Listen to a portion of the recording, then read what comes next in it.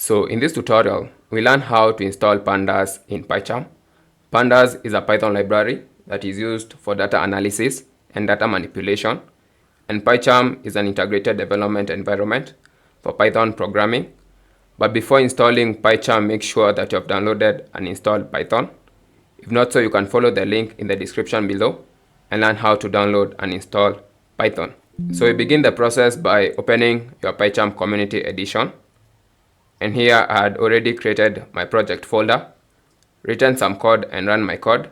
So let's begin the process of installing Pandas in Pycharm. Click the main menu button at the top left corner of your screen and click Settings. On your left sidebar, under the project, the name, add Pycharm, expand it, and click the Python interpreter. And here you will see all the packages in the Pycharm. So to install Pandas, click the plus sign for install and search for the package, Pandas. Click the package and click install package. You can see that we have a message displayed that the Pandas is installing, and also another message that Pandas has been installed successfully.